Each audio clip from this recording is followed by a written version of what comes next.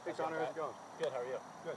Alright, so last time we met, you were telling me you were having some problems slicing the ball a little bit. Yep. So you're seeing it tail off to the right? Yeah, it always seems to go left to right when I hit the irons. Okay.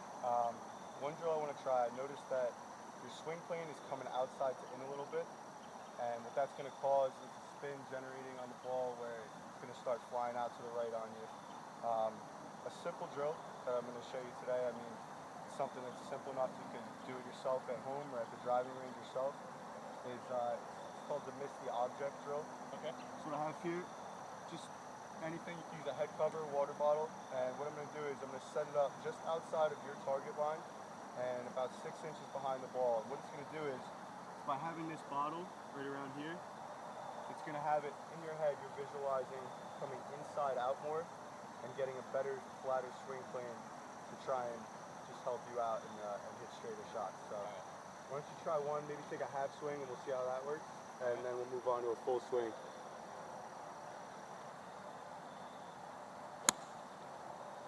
Good ball. Alright, try one more half swing and we'll keep moving forward. Alright, sounds good.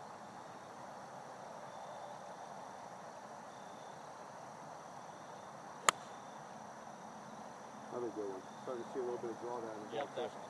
Alright, so yeah, let's get one out and try a full swing now and see if we can get that same result.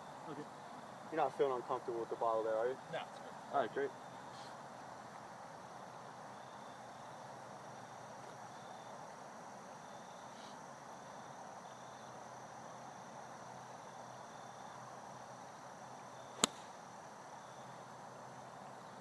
Get that one a little thick, but I mean, you're definitely starting to see the change in your ball flight there. Yeah, I would say this is a good drill for you then. Maybe use it for a head cover, a water bottle at home, or when you're on the driving range back at home, and you know, start seeing that ball flight get a little better. Okay, thanks a lot for the tip. Yeah, thanks a lot. Hey Connor, how's it going? How's it going, Pat? Pretty good. Good to see you. All right, so I know you told me that you were having some trouble with short, little delicate pitch shots around the green. One thing I wanted to bring up to you is, I don't know how comfortable you feel with this, but obviously when you hit a shot a little off and it's in the rough, it's not as much of an option. But when you're in an area like this, for example, and you hit a shot that lands just short and you have a really short, delicate pitch shot to work with, as opposed to trying to hit that perfect pitch shot and land it right where you want it to roll out to the cup, sometimes I find it personally a lot easier to putt. So instead of a wedge, why don't we try this today? We'll grab a putter and try a few short putts from just off the edge of the green here on the fairway, and we'll see how that feels. If you like it, you could maybe bring it into your game. If not, you know, you could work on chipping, but I just think it would be a good idea for you to at least try.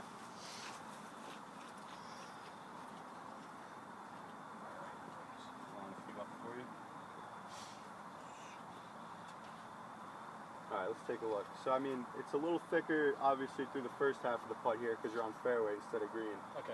So try and feel out, you know, you want to get it onto the fairway with still enough speed to carry to the hole. A little harder than you would obviously hit this distance putt on a green, but just feel it out and see how it feels.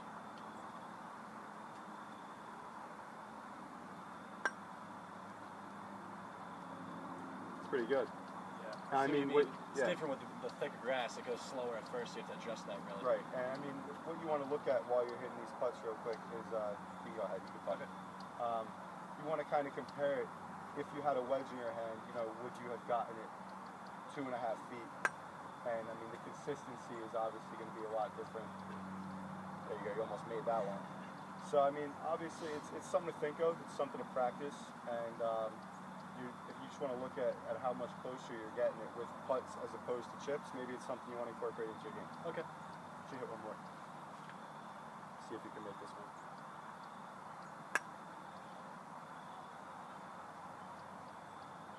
Not quite. And still, even with that being the worst out of your three, you still only have a 3-foot putt for par there. So it's just something to think about, definitely. And you know, it's something to definitely practice as opposed to a pitch for par on the green. Okay, thanks for the tip. Yeah, absolutely. Have a one. All right, so Connor, a few things that we went over today, obviously with the swing plane coming more inside out and refraining from coming across our body with that bottle drill, and then what we talked about with putting off the green as well. What did you take away from today? What do you think about it? I really learned to be aware of my swing plane more. I always just took it back, always staring at the ball, never really made it a point to see where my swing plane was. And now after working with the bottle drill, I saw that my swing plane was too far out, which is causing my constant slice, which I have all the time in the fairway. So now with the bottle drill, I know to visualize the swing plane very straight, and I get much more straighter balls across the fairway. All right, cool. And what about putting? I mean, do you think that's something you might want to try and incorporate into your game and work on in practice, or? Definitely. I was a little cynical when we were first talking about the putting off the green, because I like to pride myself in the wedges in my game, but now that I see the putting really just such a low risk involved in the shot, and it gets it much closer to the cup, and in turn takes a few strokes on my scorecard at the end, I think. Yeah, I agree. Awesome. Well, I mean, hopefully we can get out and play next week, and okay. Look forward to working with you again. All right, sounds good. Thanks, man. Thanks.